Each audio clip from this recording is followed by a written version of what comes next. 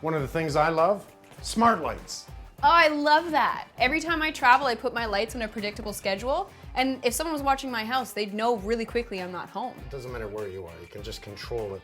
I can even go to the lampshades here, and the lampshades on, boom. That's so cool. Can I push it? Sure. Ah! Slide it up. There you go. On, Ah! off. You like those little I things, do, don't you? it's fun. Very simple. Simple share, we call it. So using the Eaton Hub, you can turn your lights on remotely. Just say you're coming home late. From outside, use your smartphone, boom, turn them on, lights are on.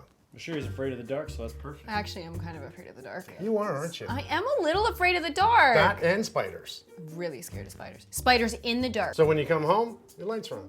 That's beautiful. I mean, it's an extra layer of security and energy management. Bingo.